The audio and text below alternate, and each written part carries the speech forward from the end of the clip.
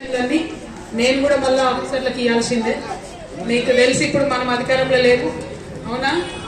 అధికారంలో లేదు, కొట్లాడాల్సిందే, మాట్లాడాల్సిందే, చేయాల్సిందే. సో ఆ ప్రయత్నం అయితే నా వంతుగా నేను చేస్తాను. ఇంకొకటి ఏంటి అని అంటే పెన్షన్లు ఆపేసిరు. ఈ 2 ఏళ్లలో మళ్ళీ కొత్త పెన్షన్ ఇవ్వలేదు. అంతకుముందేమో రేషన్ కార్డులు ఇవ్వలేదు, రేషన్ కార్డులు ఇవ్వలేదు, ఇప్పుడేమో పెన్షన్లు ఇవ్వలేదు, పెన్షన్ అవి ఇస్తలేనటువంటి పరిస్థితి ఉన్నది.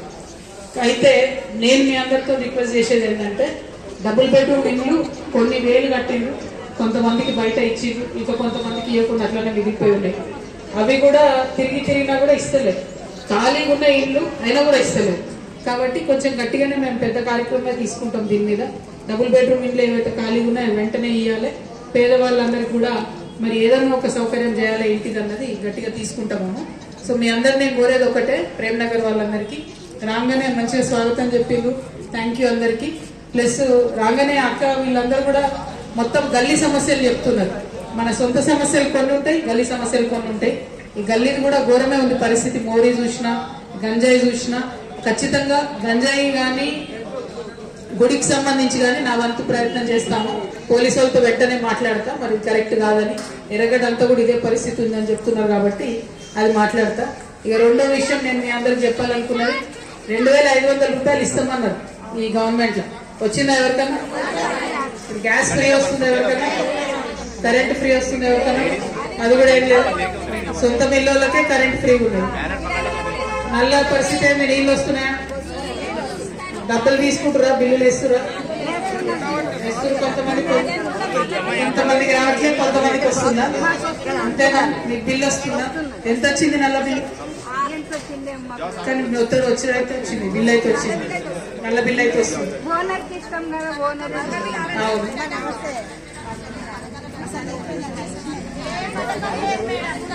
రేవంత్ రెడ్డి గారు చెప్పిన పథకం ఎవరికైనా వచ్చిందా? ఒకటన్నా ఎదగాలి. ఫ్రీ బస్సు ఒకటి వచ్చిందా? రేషన్ కార్డు ఒకటి వచ్చిందా? బస్సు వద్దా? బస్సు ఫ్రీ బస్సు వద్దే వద్దా? బస్ ఎందుకు ఇచ్చిండ అంటే బస్ మీద పోయి అన్నం నడుపుకొని తినుండే, అంతేగాని వేరే ఏం లాభం లేదంటారు. ఏం లాభం లేదు.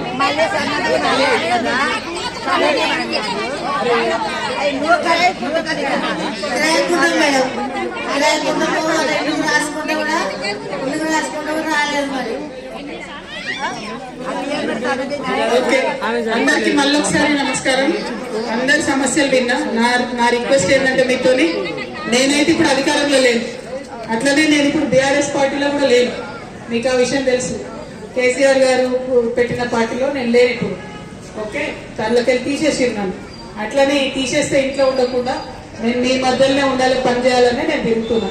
ఎందుకంటే మనకు ఆడవాళ్లకు నిజం చెప్పుకోవాలి, ఏదున్నా కూడా చెప్పుకొనే ముంగట పోవాలి. మళ్ళీ మీరు నేను సార్తో ఉన్నా అనుకుంటారని అందుకే అంటున్నా. చెప్పుకుంటారు కదా, లేడీస్ ఉంటే లేడీస్ చెప్పుకోగలుగుతారు. అందుకే తిరుగుతున్నా మహిళల మధ్యలోనే. సో ఇవన్నీ తీసుకొని గట్టిగానే ఎంటబడతాం. మీకు ఒక మాట చెప్తానే, పొద్దున్న నుండి నేను 3 నియోజకవర్గాలలో తిరుగుతున్నా. ఫస్ట్ రసూల్పుర బస్తీకి పోదాం అనుకున్నాం. మేము ఆడికి పోదాం అనుకునే లోపలనే ఎమ్మెల్యే గారు వచ్చిండు, కూర్చున్నాడు. ఏళ్ళ నుండి తీయని చెత్త తీసేసిండి. అలా ఆయన తీసేసి మీ అందరికీ పట్టాలు ఇస్తాను వాళ్ళకి మాట ఇచ్చినాడు. నేనన్నా సంతోషం, నాకు కావాల్సింది అంతే కదా. నేను పోయినా పోకుండా మీ పనులు కావాలి.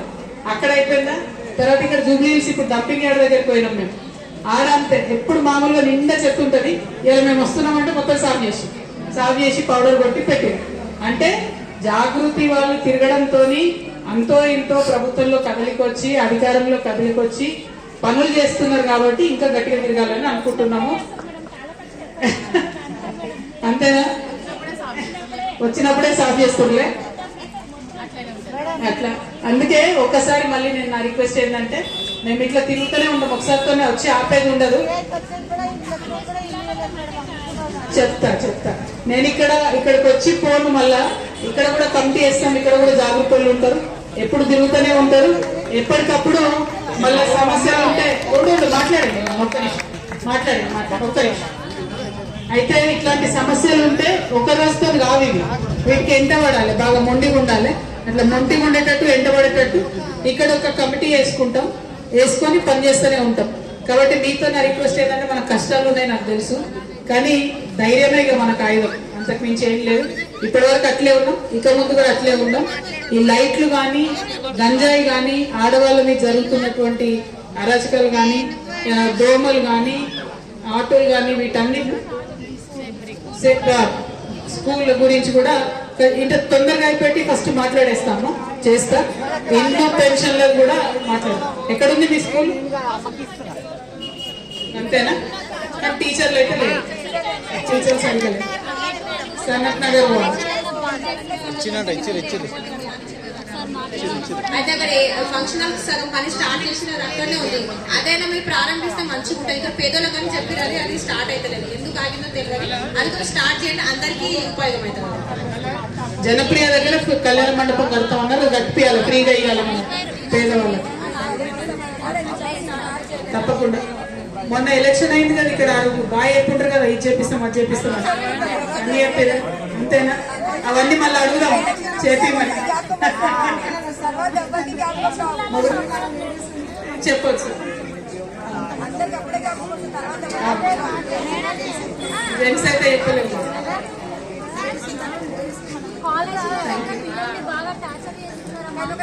కాలేజీలలో ఫీజులు కట్టకపోతే కూడా పిల్లల్ని ఇంటికి పంపించడం జరుగుతుంది. ప్రైవేట్ కాలేజీలలో కంపల్సరీ ఫీజు కావాలని బాగా వేధింపులు జరుగుతున్నాయి.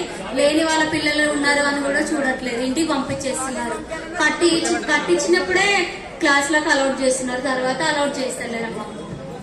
ఎందుకంటే గవర్నమెంట్ ఏదైతే ఫీజు కట్టాలో ఆ కాలేజీలకు కడతలేదు.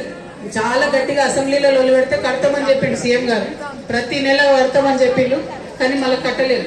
మొన్న అయితే కాలేజీలు కూడా బంద్ పెడతామని చెప్పారు వాళ్ళు. లాస్ట్ కి ఇప్పుడు మొత్తం ప్రైవేట్ గా మనందరినీ టార్చర్ పెడుతున్నారు.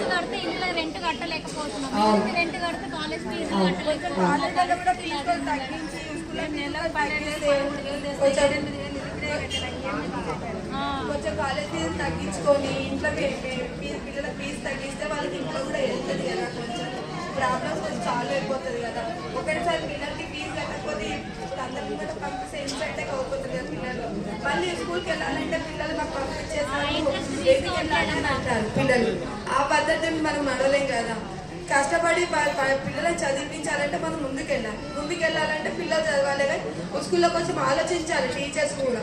వాళ్ళు పంపించిన ఫస్ట్ పేరెంట్స్ చెప్పాలి, ఏదైనా పేరెంట్స్ చెప్పట్లేదు, డైరెక్ట్ పిల్లలు పంపిస్తే పిల్లలు మళ్ళీ ఒకసారి ఇన్సైట్ వెళ్ళలేరు కదా. మాకు పంపించేసారి మేము వెళ్ళలేమంటున్నాం. ఆ పద్ధతి వదిలిపెట్టాలి వాళ్ళకి, ఇక్కడికి చెప్పేయాలి. కొంచెం ఫీజులు మాత్రం తగ్గించండి స్కూల్లో, చాలా తగ్గిపోతుంది. చాలా పేద మంది పిల్లలు స్కూల్కి వెళ్ళాలంటే చాలా తగ్గిపోతుంది. ప్రయత్నం చేస్తాం. కేసీఆర్ సార్ ఉన్నప్పుడు అయితే మా పాపకు ఇల్లు వచ్చిండే, ఇల్లు వచ్చినాక మళ్ళీ సార్ కట్టడానికి వెళ్ళాము, ఈ స్కూల్కి వెళ్ళాము, అది రాలేదు. ఎందుకు క్యాన్సిల్ అయితే మళ్ళీ రమ్మని చెప్పేసి ఇచ్చినామని కాగితం ఇచ్చి మళ్ళీ క్యాన్సిల్ చేసిరా.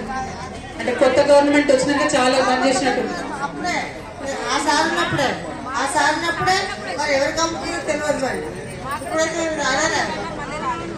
సరే ఇల్లు వచ్చి పోయిందిలే,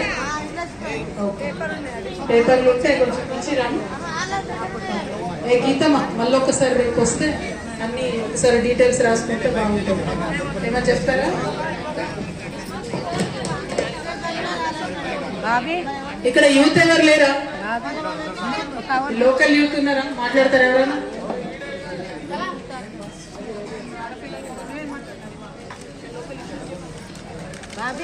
స్వామి సార్, ఇప్పుడు మీరు మా ఏరియాకి వచ్చినందుకు ఫస్ట్ ధన్యవాదాలు స్వామి.